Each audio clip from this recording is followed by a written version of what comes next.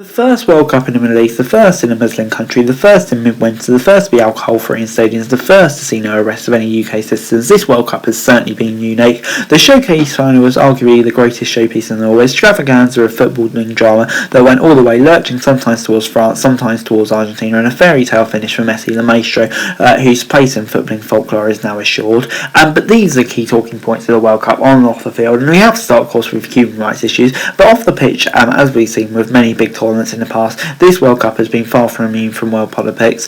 This was a very short build-up to the tournament. Instead of a warm weather training camp and a couple of friendly matches, England had 5 training days before their opening Group B game against Iran. Nevertheless, the build-up and in truth beyond that dominated the news agenda by human rights, as it was a formation that Gareth Southgate might adopt for the opening game. For months, in fact, several years before the event in Qatar started, column inches were being written and questions were being asked about the huge number of migrant workers who died whilst building stadiums and tournament infrastructure. Estimates of a true number of deaths vary from 15,000 according to Amnesty to 6,500 from The Guardian and 3 from Qatar.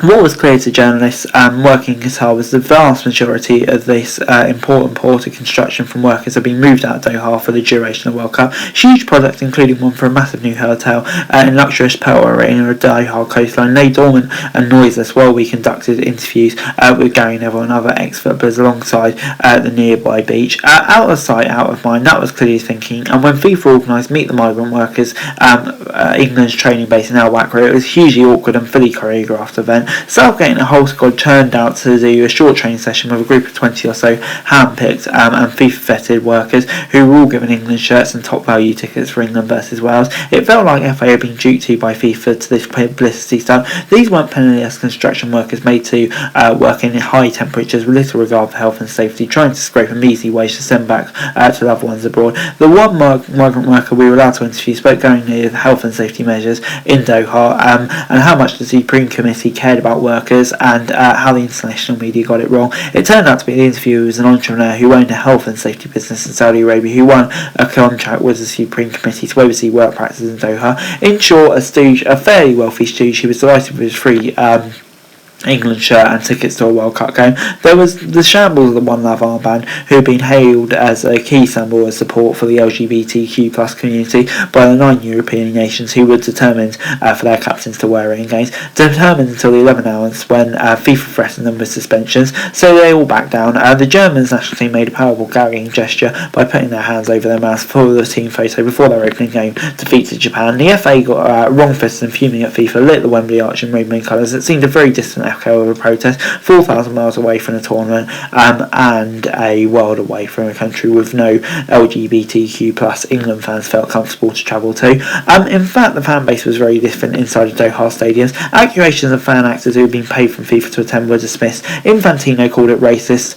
for people to assume that just because England support looked very different, they weren't real fans. Most were expats or England fans that lived outside of England, many from Asia or the Middle East, but no less England fans. The vast majority of UK-based England fans couldn't afford to come to Qatar and watch, with hotel prices typically over $500 a night and beer prices more than 12 a bottle in few hotels you could buy. It seemed understandable for many not to travel. So England's new fan base created a very different atmosphere in England games. The atmosphere was less passionate for sure and more polite.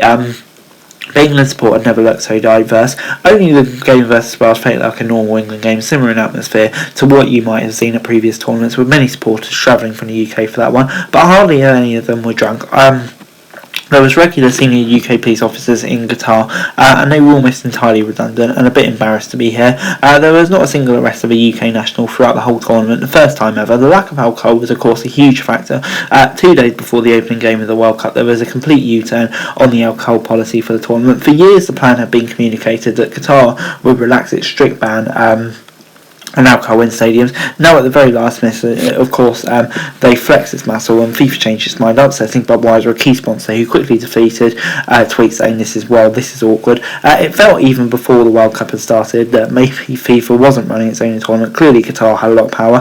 By the way, alcohol is still available in corporate hospitality, but that started at £19,000. The stadiums themselves were extraordinary and magnificent. When money is no object, you can spend extra on making each one distant and special, and that's what they did. Let's be honest, most football football stadiums in the UK are rather tight. We are all accustomed to the white stanchions and tiered seating. In Doha, each stadium is bespoke and beautiful. One looks like a bird's nest, another a sail, host for the final, a giant golden fruit bowl which glows opulent in the dark. Of course, every time you walked into one of the stadiums, you wondered with a leaden heart just how many workers suffered building it, but you were often quickly distracted as you dodged to the side to avoid a procession of huge blacked out limousines drive right to the VIP entrance as you watched one of the helicopters flying above. What FIFA's promise that this would be the most sustainable ever, was it carbon neutral? There have been plenty of doubt cast upon that, and with good reason. The vast majority of England matches were staged at the Al Bayt Stadium, a huge tent-like structure to the far north of Doha, with nothing but a McDonald's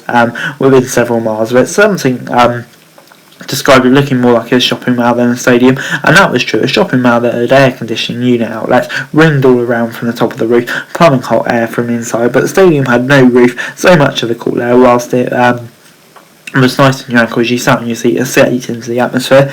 And to the Al Bayt Stadium was a synthetic warm-up pitch, the huge floodlights for what were turned on before it got dark, even though it was totally unused and accessible by fans or officials. Similarly, the huge FIFA main media centre on the Doha Ring Road, outside lighting was on permanently all day long in bright sunlight and temperatures which exceeded 30 degrees. Fans volunteering and the media went through millions of plastic water bottles.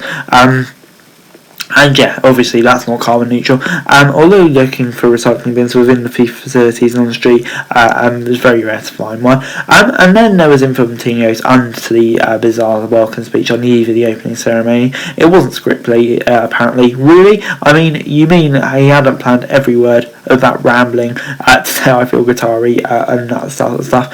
At a stroke, he ostracised anyone who was truly part of that community by being like them, and then he said he understood what it felt like to be ostracised and alone because he had been bullied for having ginger hair, whatever. And whilst all the slating the Western media for giving moral lessons, despite all of this, he will of course be unelected, opposed in March, and despite his misjudgments, there is a sense that the World Cup has changed the image of the Arab West in the world. But thank God football was such a pleasant distraction to all of this, and with all the stadiums within 45 minutes drives of each other, no other World Cup before or after will enjoy that level of accessibility. It's been a brilliant World Cup on the pitch, a real feast of football. There were some amazing shocks in the group stages: Japan beating Germany, Saudi Arabia, Argentina, Morocco, Belgium. You're reminded that there's a slow but persistent levelling up of abilities worldwide. The old adage is that there's no easy games in football has never been so true, and then there was Lionel Messi in that final. The abiding memory of that will come in the final moments of the tournament, after 120 minutes and penalties, and after a ridiculous FIFA-induced delay of around 30 minutes between the final being decided and Argentina's captains getting his hands on the trophy. FIFA and Infantino were lucky most of the politics and human rights issues will be forgotten by this. The greatest player ever winning his first World Cup and what is almost certainly to be his final World Cup. That is undoubtedly what this World Cup will be remembered for. But anyway guys, that's it for today. Thanks very much for watching. Remember to like, share, subscribe, and always comment on my fun to show for daily football news and subscribe to my channel. I would greatly appreciated. Thanks very much for watching. Peace out, sir.